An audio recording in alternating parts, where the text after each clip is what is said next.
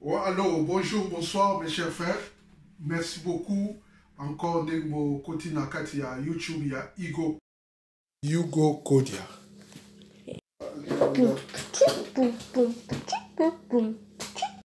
Lelo Torosala, moi bloga Miken Kenya Lobaki, Torosala moi, Torosala tarte aux pommes, Torosala brown bread ou bien en anglais brown bread et puis Torosala moi cookie au chocolat. Alors avant tout ça, toujours on a cake aux pommes.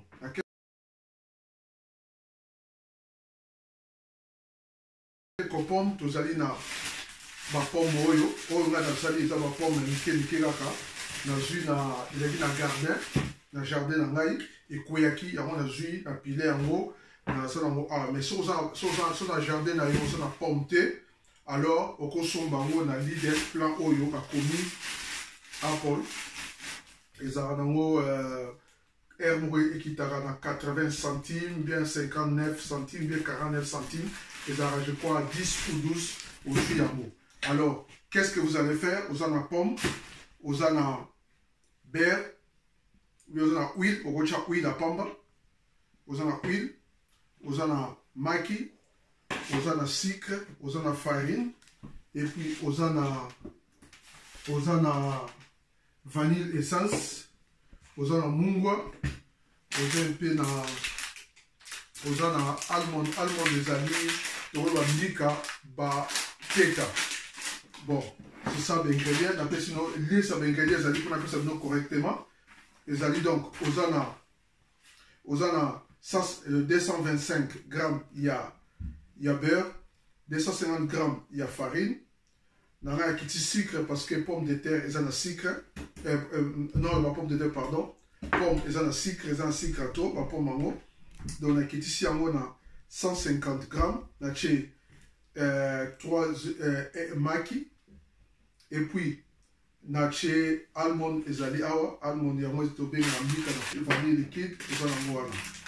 Bon, on y un peu cinnamon. On va s'appeler un peu cinnamon. Donc, il y a moins ezali ba ingrédients autour de là. Bon, premier stage ezali nini? Aussi sucre na yo. Aussi sucre au tchie. Au na bol et puis au tchie sanisi yango na maki na kati eza simple vraiment sanisi yango na maki mpona oyo tobengaka koblanchir yango. Donc au tchie na maki no misato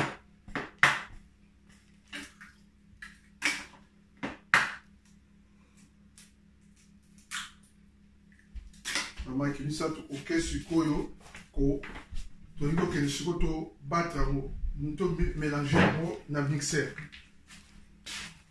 Donc oyo mixeur na cuisine yango oyo ya recherche na mixeur. Donc otie mixeur yango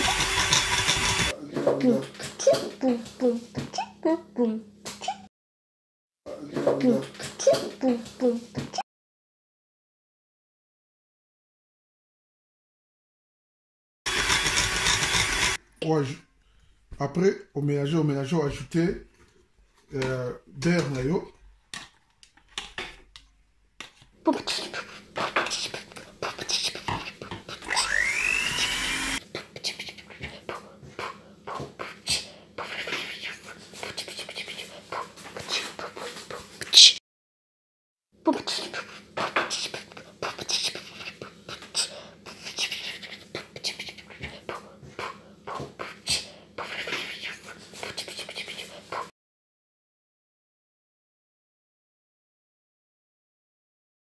Pour aussi, si vous mélangez sucre, beurre, na maki, na butter. Alors, tu peux ajouter un peu vanille essence. Ajouter 10 secondes de l'autre moko ya vanille essence. Tu ajouter l'autre moko awa. Mélanger un peu.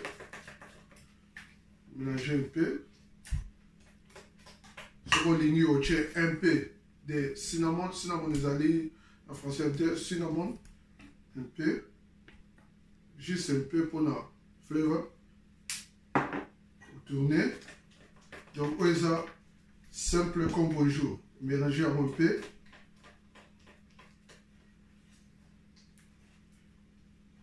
Mélanger un peu. Awa tozana farine. Toucher un peu. Pincer un peu. Un peu pincer ya mungwa. Un peu pincer du sel. Toucher. Toucher. On a baking powder. En français, on a baking powder en français, c'est quoi? C'est levure. Un peu. Pincer à levure sur le tché.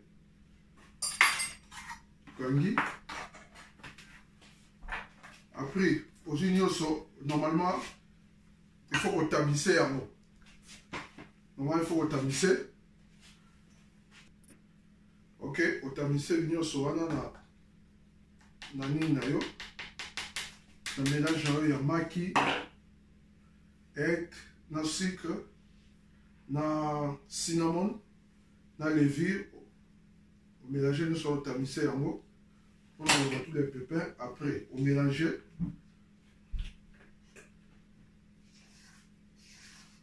On mélange en haut.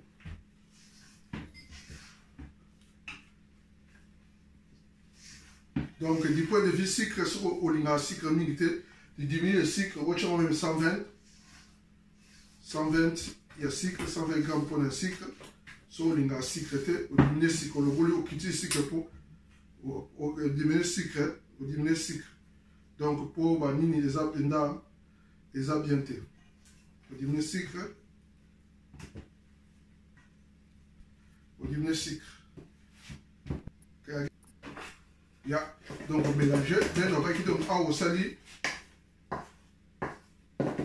Le mélange, il y a farine, eggs, farine, maquis, sucre, vanille essence, levure, tout ça mélangé en awa. Après, qu'est-ce qu'on va faire? Aujourd'hui, ninayo, tin, on va bien en tin. Il y a fourner en haut. Un petite astuce aussi, mélange wana. Tu as un peu de na manzanza, na linzaza na yo. Tu as un peu après aussi papier au tien na 4 pour écouer.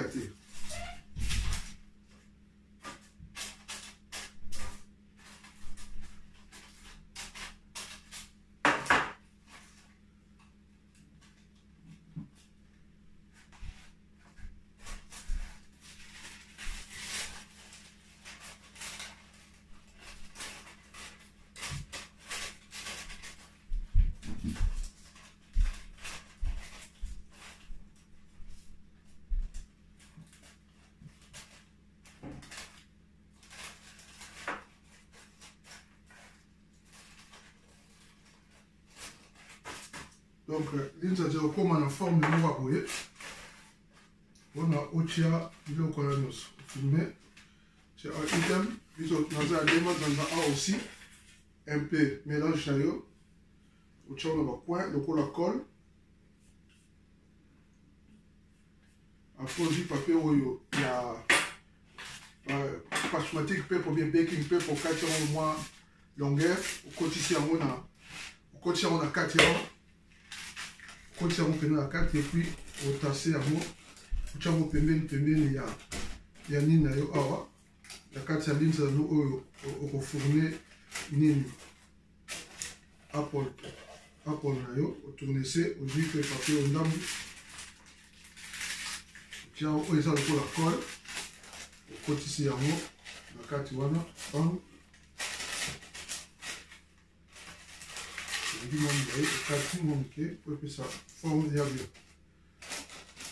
Bon, voilà. Des manzanza de coquilles, des manzanza de coquilles sikoyo. Et comme il attend où il y a pour mélanger. Si on mélange ça, je vais vous montrer d'abord comment la kataki pomme mélanger. Okati tosuka, okati na mutuawa. olongoli baposo ya pomme kolongo na mbeli ou soit okolongo nango na pila oyo babenga pila awa olongoli baposo tu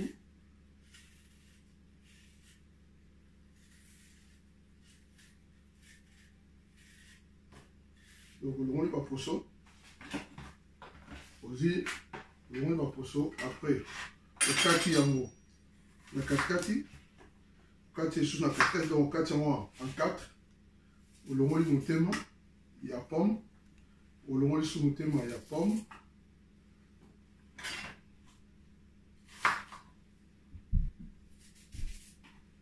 olongoli motema ya pomme après okati yango lisusu na katikati donc epimi lokola 8 morceaux na pomme ya moke osala lokola 8 petits morceaux.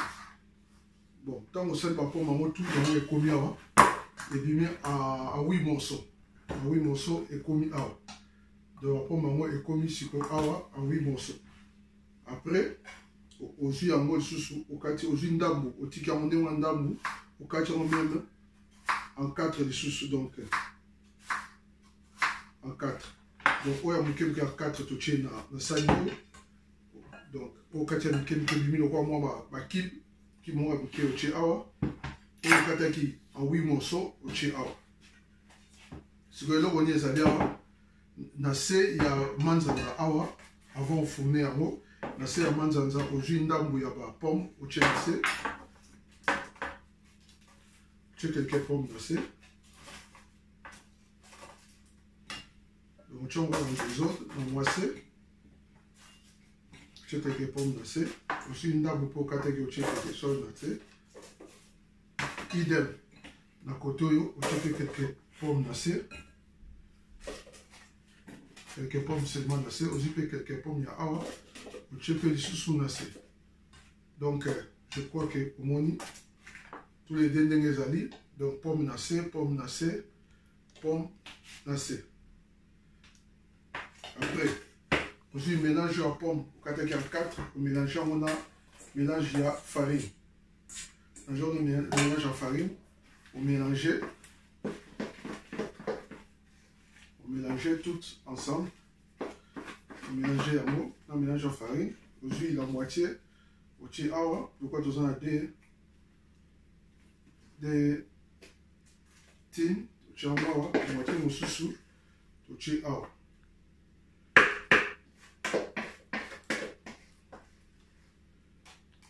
Donc la moitié de toucher A, la moitié de toucher B.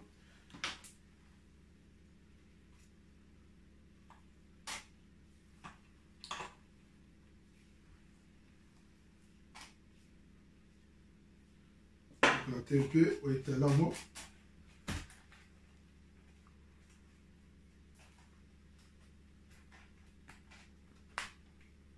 Là, moi bien. Juste pour la moitié P au tcha awa. On a étalage. Ok, donc au étalage, on a tous les deux. Nous avons tin nayo.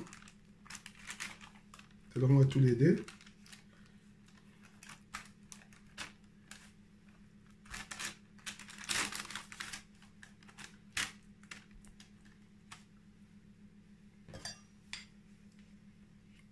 Donc au cas un peu le moli o et quand même na spatula au tcha. Alors l'idée est que au tcha on lance sa pomme ezala na en sec.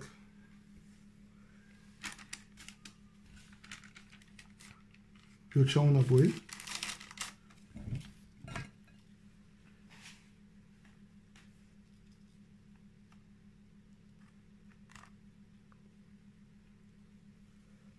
Donc toujours tcha ma pomme ezala un peu ndenge bien pour que ça esthétique tango aussi là au tcha pomme 1 à 1.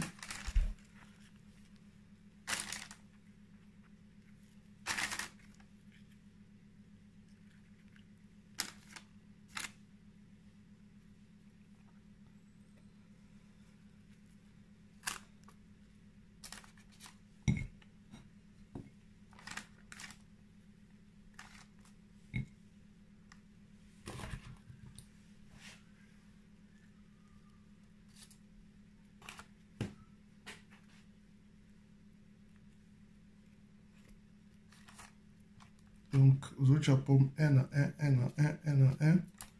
Si ma kati, ma pomme est coquille. 1 à 1, 1 à 1. Sinon, on peut bien pour les na ligne moko. Vous allez moko ya bosso. Il y a mis les idem awa. Vous avez 1 à 1 à coin. Bon, 1 à 1.